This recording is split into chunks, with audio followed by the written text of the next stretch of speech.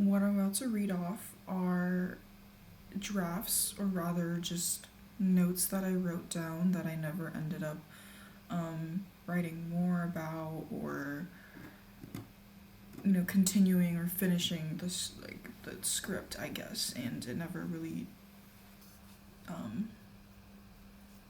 got finished. Most of them are just one sentences. Some of them are a lot longer, but I will go on and read all of them. So, the first one was from November 6th, 2025. I don't believe in right person, wrong time. I think the people that you meet at specific parts of your life are meant to be part of that time. Sure, it may seem like they could have been the perfect person for you, only if you didn't meet them at that specific time or place. Now, I believe that that's just an excuse you tell yourself to justify the fact that you guys simply just did not work out. The hardest part about life is that you must accept the events that unfold for you and the path that you're meant to go on. If something didn't work out the way you wanted to, it's okay. There's something bigger and better for you that life has already planned, and this is just a stepping stone into going a little bit closer to that. Okay, and that's all I had. The next one.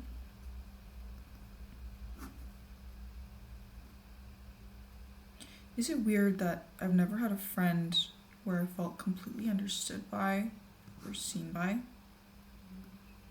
That's it. Okay, next one.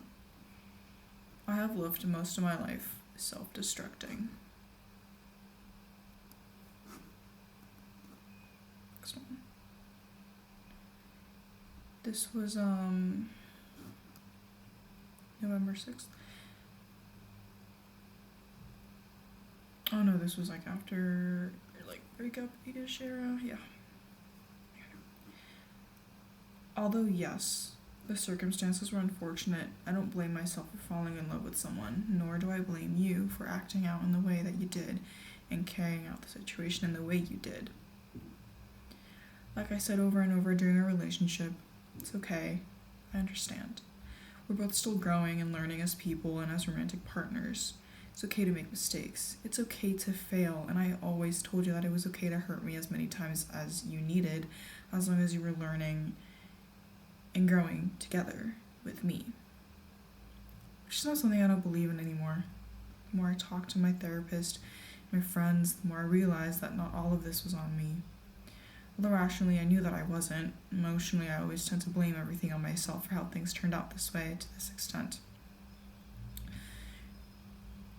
Now, no matter what the circumstances are, when anything goes wrong, I find a way to blame myself, to blame everything on me, because I don't want to see you or people I care about as the antagonist in my story. The only thing I was and am very sure about is that the breakup itself wasn't on me. I knew I tried my best, and I knew I loved you the most I knew how to love. I presented loyalty and care. Unfortunately, you couldn't do the same in the end. You were unsure about what you wanted, because like everybody else, you're developing as a person. And like I said before, you decided to break up with me. If I was in the way of you growing as a person and I was preventing you from becoming the person that you wanted to become, then I'm thankful that you made the choice that you made. I hope that you extracted at least one positive thing out of this relationship, because I continuously feel guilty or think that I somehow ruined you or wasted your time while I was gaining so many valuable lessons from it. Personally, I believe you came into my life to show me that there are things in life actually worth living for. You showed me that I can accept love that's presented to me. You showed me the young love, and I thank you for that. You came into my life at a time when I was struggling heavily. My future seemed foggy. I possessed no love towards myself, and frankly, I didn't have the will to continue living my life that I was living. I still don't know if the decision to date you was the right choice. Can't fully say that this was a mistake, nor was it a miracle. It feels as if I gained more negative experiences and effects from this relationship than positive ones. It feels like I'm being painted as the villain by many people, and I hope you're happy that even though you claimed that the last thing you wanted to do was hurt me, you hurt me several times before, during, and now even after the relationship, when we're not even in contact anymore. But it's okay. I understand. Now this one, it's like not as emotional for me anymore, so reading it, it's like a little bit like there's not as much like emotion. But I will say that this was like basically what I had written, except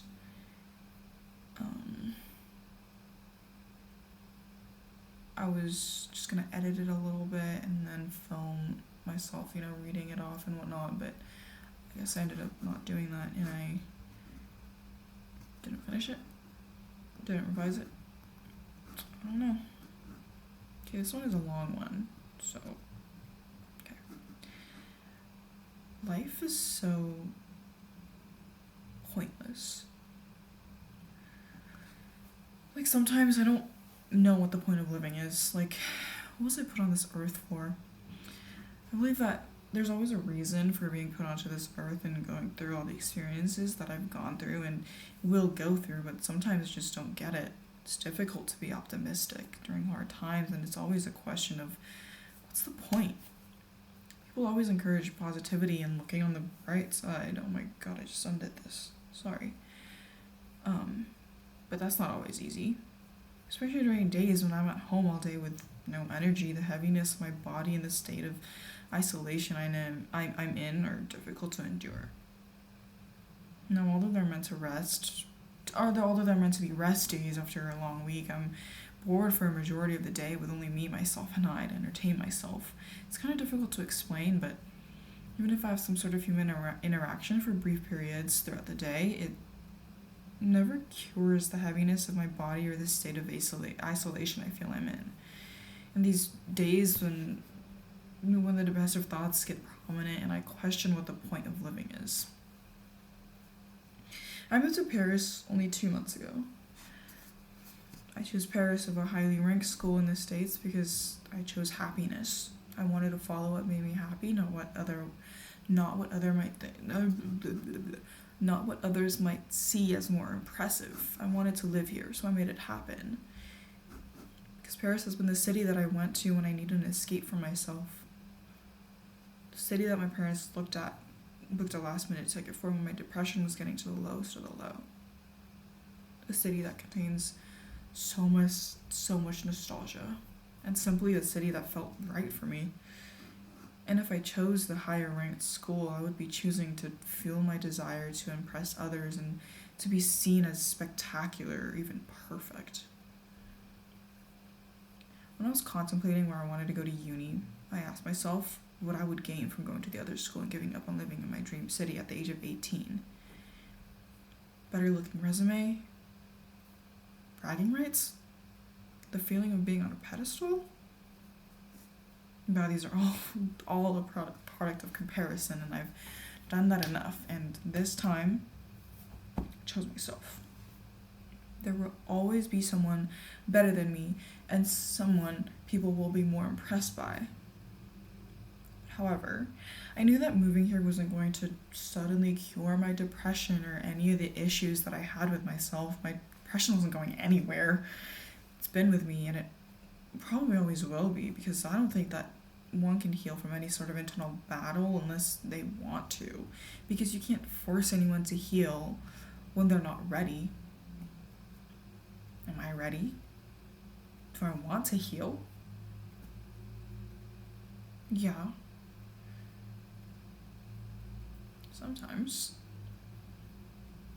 But I find comfort in sadness, the warmth of being engulfed in my sadness and self-criticism, with everything around me feeling like a dream, just being in a state of derealization. My therapist told me that I find comfort in criticizing myself as well, which was something I haven't even thought about, but she's correct. I criticize myself and then I get sad. A product of comfort and familiarity. My university's counselor sent me to the therapist. It was my first time going back to therapy after I moved, and I felt it felt different compared to the therapist I've had back in the States. She tells me things straight up. She tells me what I'm doing to myself. Self-criticism, self-hate, self-inflicted harm. She opens my eyes to things I've never noticed or thought about before about myself. At this time, I've only had 2 sessions with her, but somehow I felt more seen and understood than I have with my past therapists or friends who specialized in eating disorders. I talked to her about my eating disorders, which I never thought were developed from a need to be perfect, to feel loved, or to have control, but she kept bringing it up during my first and second sessions. It felt weird to me because I always thought that I grew up in a loving household with loving parents and a warm family with great friends. I don't think I was neglected or grew up alone. I grew up surrounded by love. But somehow I grew to become my biggest enemy. Why is that? I was the one who set harsh expectations on myself. I was the one who put myself down when I didn't meet them, and I was the one who compared myself to those around me. It's so weird to me to think that way because for others, their parents are inflicting the damage, but since I didn't have parents who did, why did I have to become the one who did? Couldn't I just be grateful and move on with my life happily? Moreover, I always knew my problems with my mental health stemmed from a need to impress other people and to control how other people perceive me. Although it might sound cocky, that's what fueled a lot of my problems and even my need to dress well. I wanted to stand out. I didn't want to be average. I wanted to feel like I was finally spectacular at something. I never knew that my issues could have stemmed from a need to feel loved or seen, but she pointed out that I was describing exactly that. But anyway, the depressive episodes and the cycles of binging and restricting heavily emphasize my lingering question of living. Like, why do people want to live for so long? I'd rather live a short and happy life than a long and miserable one. But I always think that I'll just live a short and miserable life. But sometimes there are days that I wish I were gone, and days that make me question what's wrong with me. My therapist asked me to list things I love about myself.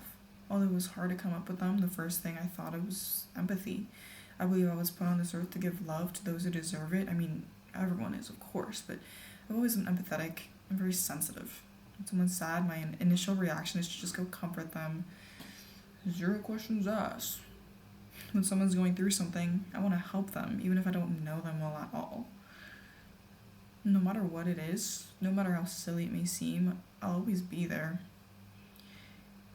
And that's what I think that's all I was put on this earth for. For spreading love and care, making those around me feel comforted, for those around me to have someone to talk to and feel seen by. Maybe that's all I'll ever be on this earth, enjoying my life here.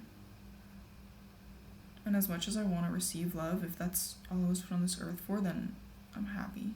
If I'm able to leave this earth without receiving love, but with giving out my love, then I'll be satisfied. I always thought that I was empathetic because of the struggles I've been through, but my therapist says otherwise. She says that I'm already an empathetic person without having gone through the pain and suffering. That really opened up something within me, since that was the first time hearing someone say that to me. Her words stick with me like slime gripping the fabric of your clothes. You try to forget about it and take it off, but you can't get rid of it completely. There's always going to be a stain left behind. So what is the point behind it? Okay, that's it. This one, it's a little messy and all over the place and very long, which is why I never really did anything. And I did write this at a time when I was very like going through it a couple months ago. Okay, we have like 2 weeks. This one's nothing. And then, yeah, that's it actually. So those are all my drafts that I never ended up finishing or recording. So